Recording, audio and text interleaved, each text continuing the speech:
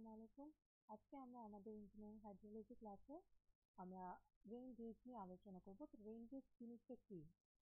আমরা সবসময় দেখব যে পেপার, পত্রিকা বা টিভিতে দেখায় যে আজকে বৃষ্টিপাতের পরিমাণ 5 মিলিমিটার বা অমুক সেন্টিমিটার বা এত ইঞ্চি। তো এগুলো আমরা দেখি যে রেইন বৃষ্টিপাতের পরিমাণটা একটা ডেপথ আকারে দেখায় যে কত মিলিমিটার বা কত সেন্টিমিটার বা কত ইঞ্চি। এই যে রেইনফলের যে মেজারমেন্টটা করা হয়, যে ইনস্ট্রুমেন্টের মাধ্যমে করা হয়, যে যন্ত্রের মাধ্যমে করা হয়, তাকে আমরা বলছি রেইন গেজ।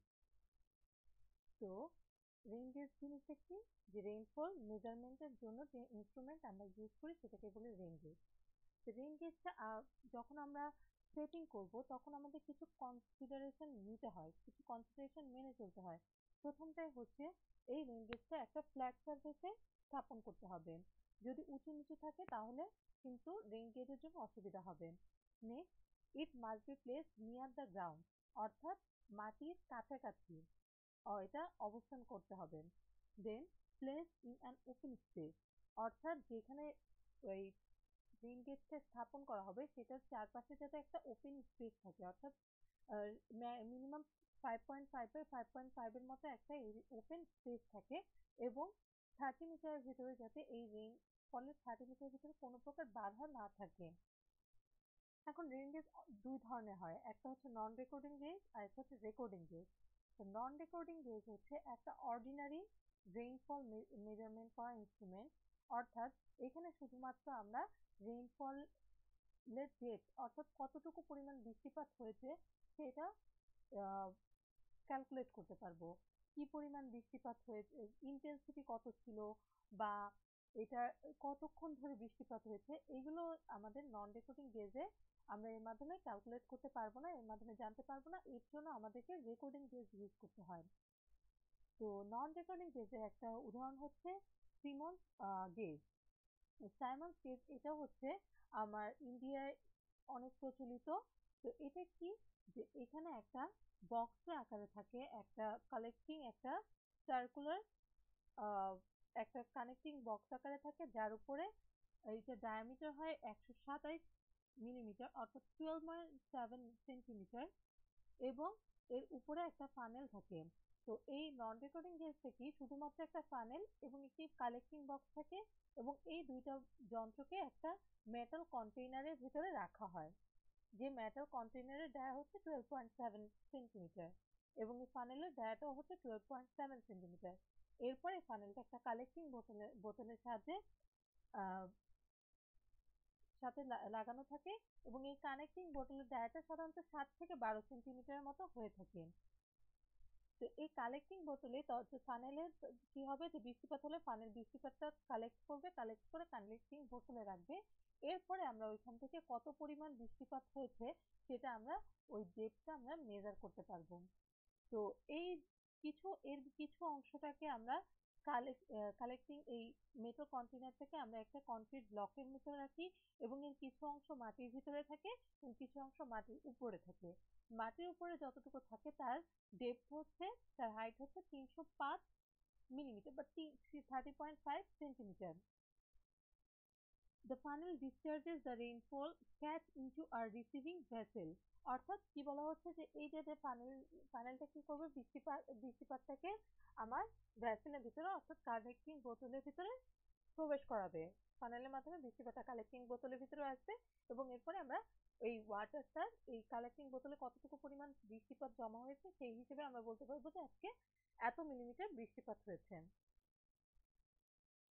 রেকর্ডিং গেজের কিছু অ্যাডভান্টেজ আছে, তার মধ্যে কি, যে আমরা বললাম যে কোন এলাকায় বা কি ধরনের we can identify storm event, অর্থাৎ কি ধরনের বৃষ্টিপাত হচ্ছে বা এই ইভেন্টটা সম্পর্কে আমরা আইডেন্টিফাই করতে পারবো, ইন্টেন্সিটি ক্যালকুলেট করতে পারবো, এবং কতক্ষণ ধরে বৃষ্টিপাত হয়েছে সেটাও আমরা ক্যালকুলেট করতে পারবো।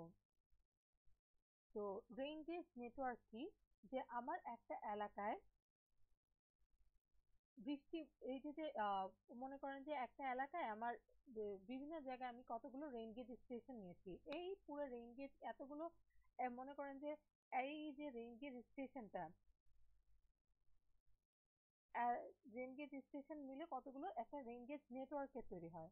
এই রেইন গেজ নেটওয়ার্কের মধ্যে কিছু ওয়ার্ল্ড মেট্রোলজিক্যাল অর্গানাইজেশন এক রেইন গেজ ডেনসিটি বলতে কি বোঝায় যে আমার একটা রেইন গেজ কত এরিয়ার পানি বা কত এরিয়ার বৃষ্টিপাত কালেক্ট করতে পারে, ঠিক আছে? তো এর জন্য আমার ওয়ার্ল্ড মেট্রোলজিক্যাল অর্গানাইজেশন কিছু ডেনসিটির একটা রিকমেন্ড করেছেন যে যদি আমার রেইন গেজটা ফ্ল্যাট রিজিয়নে হয় সেক্ষেত্রে একটা স্টেশন আইডিয়ালি 600 থেকে 900 কিলোমিটার স্কোয়ার পর্যন্ত কিলোমিটার স্কোয়ার এরিয়া বৃষ্টিপাতটা কালেক্ট করতে পারে বা বৃষ্টিপাতের ডাটাগুলো সংগ্রহ করতে পারে। এবং যদি আমরা ইররটা কিছুটা মনে করেন যে এখন আমরা যদি ইরর কম কনসিডার করি, যে আমরা যদি একদম অ্যাপ্রোপ্রিয়েট নাম্বারটা না চাই, অ্যাপ্রোপ্রিয়েট ডাটা না চাই, যদি আমরা কিছু ইরর কনসিডার করি সেক্ষেত্রে অ্যাকসেপ্টেবল হয় 900 থেকে 3000 কিলোমিটার স্কোয়ার এরিয়ার একটা স্টেশন কভার করতে পারেন। যদি মাউন্টেন রিজিয়নে হয় সেক্ষেত্রে আইডিয়ালি সেটা হচ্ছে একটা স্টেশন 100 থেকে 250 কিলোমিটার স্কোয়ারের এরিয়া বৃষ্টিপাতের যে ডাটাগুলো আছে সেগুলো কালেক্ট করতে পারে, আর সেটা অ্যাকসেপ্টেবল লিমিট হচ্ছে 250 থেকে 1000 কিলোমিটার স্কোয়ার। এবং পোলার জোন গুলোতে একটা স্টেশন 1500 থেকে 10,000 কিলোমিটার স্কোয়ার পর্যন্ত ডাটা কালেক্ট করতে পারেন।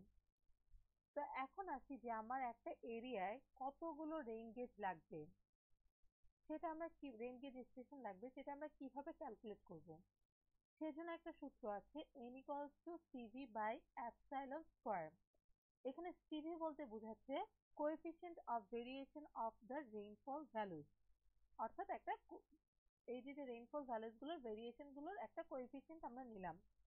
এবং অ্যাপসাইলন হচ্ছে যে আমরা ডিগ্রি অফ ইরর, যে আমরা কতটুকু ইরর আমরা কনসিডার করব, পারমিসিবল ডিগ্রি অফ ইরর অর্থাৎ অ্যালাউ করব কতটুকু ডিগ্রি ইরর আমরা অ্যালাউ করব এই রেইনফল ক্যালকুলেট করার সময়, সেটাকে বলছি আমরা অ্যাপসাইলন। সিভি বের করার একটা সূত্র আছে 100 into sigma M minus 1 divided by P bar. এই পি বলতে বোঝানো হচ্ছে ধরলাম আমার একটা জায়গায় স্টেশন আছে 4টা, তাহলে এই পি দ্বারা আমরা এই স্টেশন গুলো বুঝলাম যে কতগুলো রেইন গেজ আছে আমাদের। যেমন ধরলাম যে আমার এখানে 4টা রেইনফল মেজারমেন্ট করার ইনস্ট্রুমেন্ট আছে, তাহলে আমার এখানে স্টেশন আছে 4টা, সেটাকে আমরা P1 P2 P3 P4 এইভাবে ক্যালকুলেট করলাম। আর পি এই যে 4টা স্টেশনে মনে করেন যে P1 যেটা সেখানে P1 পরিমাণ রেইনফল হয়েছে, তাহলে ওই স্টেশনে রেইনফলের পরিমাণ হচ্ছে P1। দ্বিতীয় স্টেশনে রেইনফলের পরিমাণ P2, তৃতীয় স্টেশনে P3, চতুর্থ স্টেশনে P4। তাহলে এই সবগুলোর মানের এভারেজ যে মানটা আছে অর্থাৎ সবগুলো যতটুকু রেইনফল হয়েছে সেটা যদি আমরা যোগ করে তাকে 4 দিয়ে ভাগ করি তাহলে আমরা পাবো পি বার। অর্থাৎ যে কতগুলো স্টেশন থাকবে সেখানে যতটুকু পরিমাণ রেইনফল হয়েছে সেই রেইনফল ভ্যালুগুলোর এভারেজ করলে আমরা পি বার পাবো। এবং সিগমা এম পাওয়ার সূত্রটা কি?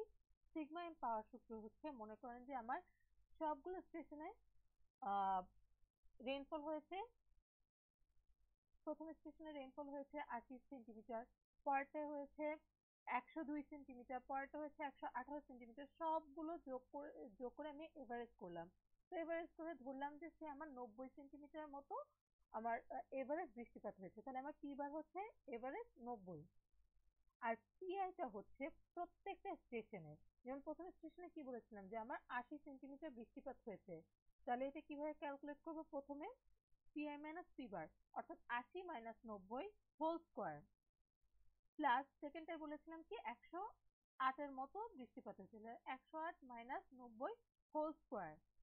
এবং নিচে হচ্ছে আমার টোটাল কতটা স্টেশন আছে এখানে।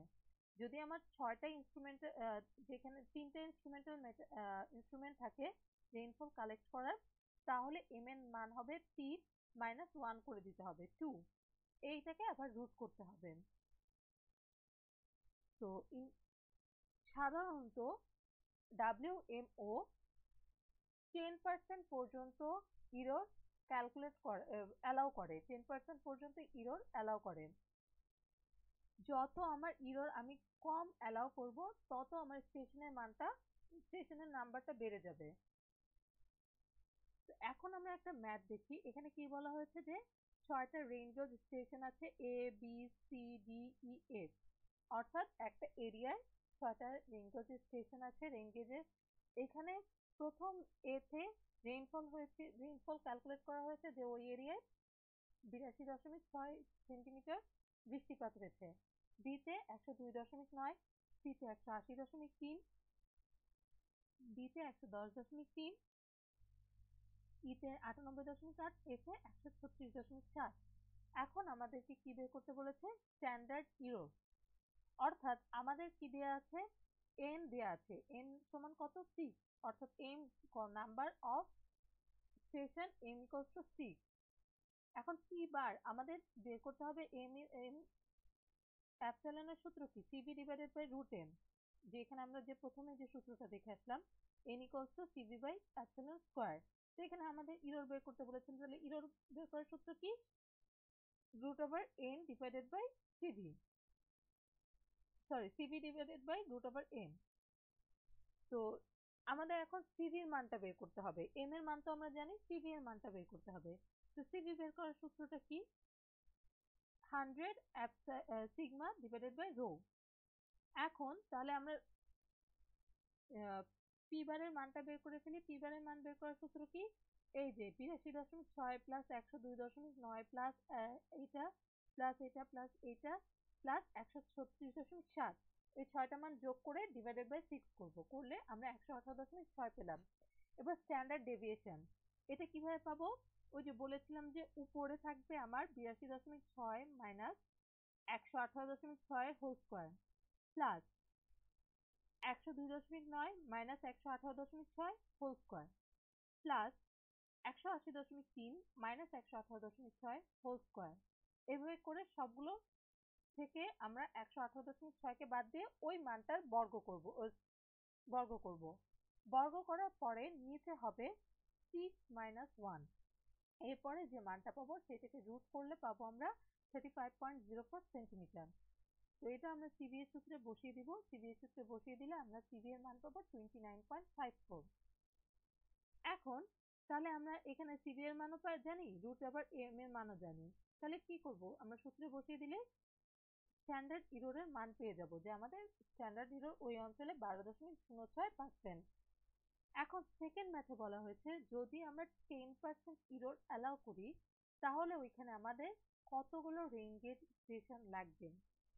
তাহলে আগের মতোই সিবি এর মান কত ছিল? আমরা এক নাম্বার থেকে পেয়েছি 29.54, এপসিলনের মান 10, এটাকে টোটালটাকে স্কয়ার করলে আমরা পেয়ে যাব যে স্টেশনের পরিমাণ লাগবে ৮.73, অর্থাৎ 9টা স্টেশন লাগবে ওই এরিয়ায় যদি আমরা 10% ইরর অ্যালাউ করি।